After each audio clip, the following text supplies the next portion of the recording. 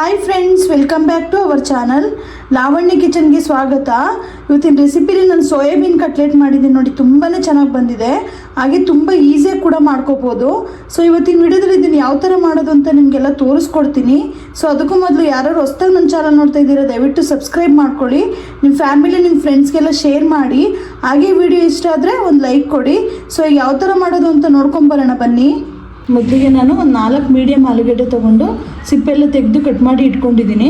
So ಇದಕ್ಕೆ ಇವಾಗ ನೀರು ಸೇರಿಸ್ಕೊಂಡು ಮತ್ತು ಸ್ವಲ್ಪ ಉಪ್ಪು ಸೇರಿಸ್ಕೊಂಡು ಬೇಯಕ್ಕಿಡೋಣ. ಉಪ್ಪು ಹಾಕೋದ್ರಿಂದ ಆಲೂಗಡ್ಡೆ ಈ ಥರ ಸಿಪ್ಪೆಲ್ಲ ತೆಗೆದು ಉಪ್ಪು ಹಾಕ್ಕೊಂಡು ಬೇಯಿಸ್ಕೊಳ್ಳೋದ್ರಿಂದ ಬೇಗನೆ ಬೇಯುತ್ತೆ. ಸೊ ಇದನ್ನು ಒಂದು 15-20 ನಿಮಿಷ ಬೇಯಿಸ್ಕೊಂಡ್ರೆ ಸಾಕು, ಚೆನ್ನಾಗಿ ಬೇಯುತ್ತೆ. ಮೊದಲಿಗೆ ಏನೇನು ಇಂಗ್ರೀಡಿಯೆಂಟ್ಸ್ ಬೇಕು ಅಂತ ತೋರಿಸ್ತೀನಿ ನೋಡಿ. ಕಾರ್ನ್ಫ್ಲೆಕ್ಸ್ನ ಸ್ವಲ್ಪ ಪುಡಿ ಮಾಡಿ ಇಟ್ಕೊಂಡಿದ್ದೀನಿ, ಮತ್ತು ಹಸಿಮೆಣ್ಸಿನ್ಕಾಯಿನ ಕಟ್ ಮಾಡಿ ಇಟ್ಕೊಂಡಿದ್ದೀನಿ ಸಣ್ಣಕ್ಕೆ, ಮತ್ತು ಕಾರ್ನ್ಫ್ಲೋರ್ ತೊಗೊಂಡಿದ್ದೀನಿ, ಮತ್ತು ಸ್ವಲ್ಪ ಚಾಟ್ ಮಸಾಲೆ ತೊಗೊಂಡಿದ್ದೀನಿ 1 ಸ್ಪೂನಷ್ಟು, ಮತ್ತು ಗರಂ ಮಸಾಲೆ ತೊಗೊಂಡಿದ್ದೀನಿ ಅದನ್ನು ಕೂಡ 1 ಸ್ಪೂನಷ್ಟು ತೊಗೊಂಡಿದ್ದೀನಿ, ಮತ್ತು ಖಾರ ಪುಡಿ ತೊಗೊಂಡಿದ್ದೀನಿ, ಮತ್ತು ಆಲೂಗಡ್ಡೆನ ಬೇಯಿಸಿ ಸ್ಮ್ಯಾಶ್ ಮಾಡಿ ಇಟ್ಕೊಂಡಿದ್ದೀನಿ, ಮತ್ತು ರುಚಿಗೆ ತಕ್ಕಷ್ಟು ಉಪ್ಪು, ಪೆಪ್ಪರ್ ಪೌಡರು, ಮತ್ತು ಸೋಯಾಬೀನ ಇಷ್ಟು ತೊಗೊಂಡಿದ್ದೀನಿ. ಸೊ ಇಷ್ಟು ಬೇಕಾಗಿರೋ ಇಂಗ್ರೀಡಿಯೆಂಟ್ಸು. ಸೊ ಈಗ ಯಾವ ಥರ ಮಾಡೋದು ಅಂತ ನೋಡ್ಕೊಂಬರೋಣ ಬನ್ನಿ. ನೋಡಿ, ನಾನು ನೀರನ್ನ ಮಳ್ಳಕ್ಕೆ ಬಿಟ್ಟಿದ್ದೆ, ಮಳ್ತಾ ಇರೋ ನೀರಿಗೀಗ ಸೋಯಾಬೀನ್ ತೊಗೊಂಡಿದ್ನಲ್ಲ ಫುಲ್ ಹಾಕೋತಾ ಇದ್ದೀನಿ. ಸೊ ಈ ಥರ ಹಾಕ್ಕೊಂಡು ಒಂದು 7-8 ನಿಮಿಷ ಮುಚ್ಚಿ ಬೇಯಕ್ಕೆ ಬಿಡಬೇಕಾಗುತ್ತೆ. ಇದನ್ನು ಬೇಯಕ್ಕೆ ಬಿಡೋಣ. ಈಗ ಇದನ್ನು ನೋಡಿ, ಇದು ನೀಟಾಗಿ ಬೆಂದಿದೆ.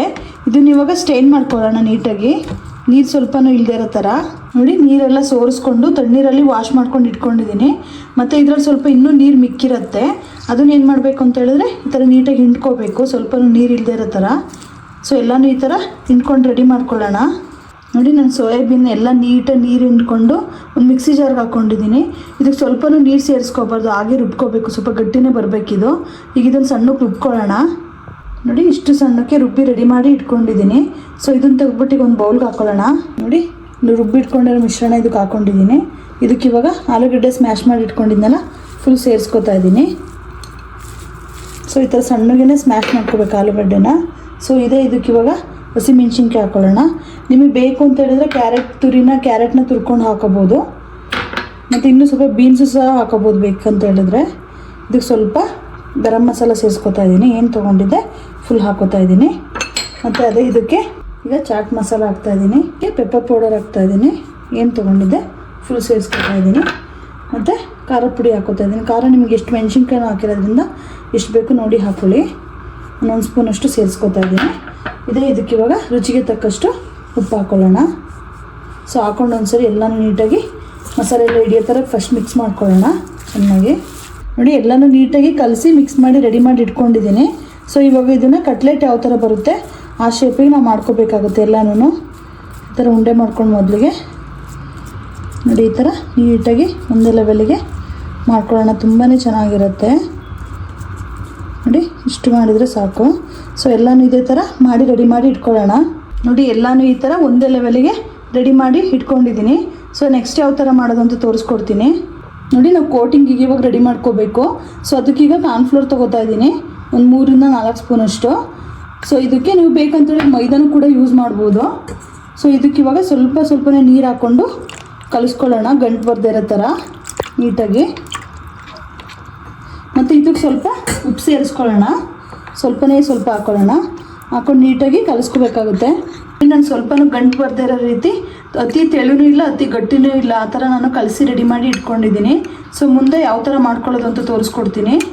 ಫೈನಲಿ ಎಲ್ಲನೂ ಡಿಪ್ ಮಾಡಿಕೊಂಡು ಕೋಟಿಂಗ್ ಮಾಡಿ ರೆಡಿ ಮಾಡಿ ಇಟ್ಕೊಂಡಿದ್ದೀನಿ. ಸೊ ಈಗ ಇದನ್ನು ಎಣ್ಣೆ ಬಿಸಿಗೆ ಇಟ್ಟಿದ್ದೆ, ಡೀಪ್ ಫ್ರೈ ಮಾಡ್ಕೊಳ್ಳೋಣ. ನೋಡಿ, ಎಣ್ಣೆ ಬಿಸಿ ಆಗಿದೆ. ಸೊ ಅದಕ್ಕೆ ಈಗ ಒಂದೊಂದಾಗಿ ತೆಗೆದುಬಿಟ್ಟು ಹಾಕ್ಕೊಳ್ಳೋಣ. ಸೊ ಈ ಥರ ನಿಮಗೆ ಬೇಕು ಅಂತೇಳಿ ಶಾಲು ಫ್ರೈ ಕೂಡ ಮಾಡ್ಕೋಬೋದು. ಸೊ ನಾನು ಡೀಪ್ ಫ್ರೈ ಮಾಡ್ಕೋತಾ ಇದ್ದೀನಿ. ನೋಡಿ, ನಾನು ಎಲ್ಲನೂ ಬಿಟ್ಕೊಂಡಿದ್ದೀನಿ. ಇದನ್ನು ಆದಷ್ಟು ನಾವು ಕಮ್ಮಿ ಸ್ಟೀಮಲ್ಲೇ ಬೇಯಿಸ್ಕೋಬೇಕಾಗುತ್ತೆ. ಯಾಕೆ ಅಂತೇಳಿದ್ರೆ ಒಳಗಡೆ ಎಲ್ಲ ನೀಟಾಗಿ ಬೇಯಬೇಕು.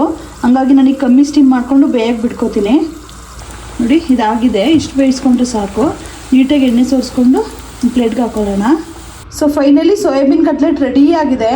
ತುಂಬಾ ಚೆನ್ನಾಗಿ ಬಂದಿದೆ, ತುಂಬಾ ಟೇಸ್ಟಿಯಾಗಿ ಬಂದಿದೆ. ಸೊ ಇವತ್ತಿನ ವೀಡಿಯೋದಲ್ಲಿ ಸೋಯಾಬೀನ್ ಕಟ್ಲೆಟ್ನ ಯಾವ ಥರ ಮಾಡೋದು ಅಂತ ನಿಮಗೆಲ್ಲ ತೋರಿಸ್ಕೊಟ್ಟಿದ್ದೀನಿ. ಸೊ ನಿಮಗೆಲ್ಲ ಈ ವಿಡಿಯೋ ಇಷ್ಟ ಆಗಿದೆ ಅಂತ ಅಂದ್ಕೊಂಡಿದ್ದೀನಿ. ಸೊ ನೀವು ಕೂಡ ಮನೇಲಿ ಮಾಡ್ಕೊಂಡು ಹೇಗಿತ್ತು ಅಂತ ಹೇಳಿ ಕಮೆಂಟ್ ಮಾಡಿ ತಿಳಿಸಿ. ಇದೇ ಥರ ನಾನು ವೀಡಿಯೋ ವಾಚ್ ಮಾಡ್ತಾಯಿರಿ, ಒಳ್ಳೊಳ್ಳೆ ರೆಸಿಪೀಸ್ ಮಾಡಿ ಹಾಕ್ತೀನಿ. ಇಷ್ಟೊತ್ತು ನಾನು ವೀಡಿಯೋ ವಾಚ್ ಮಾಡಿದ್ದಕ್ಕೆ ಧನ್ಯವಾದಗಳು.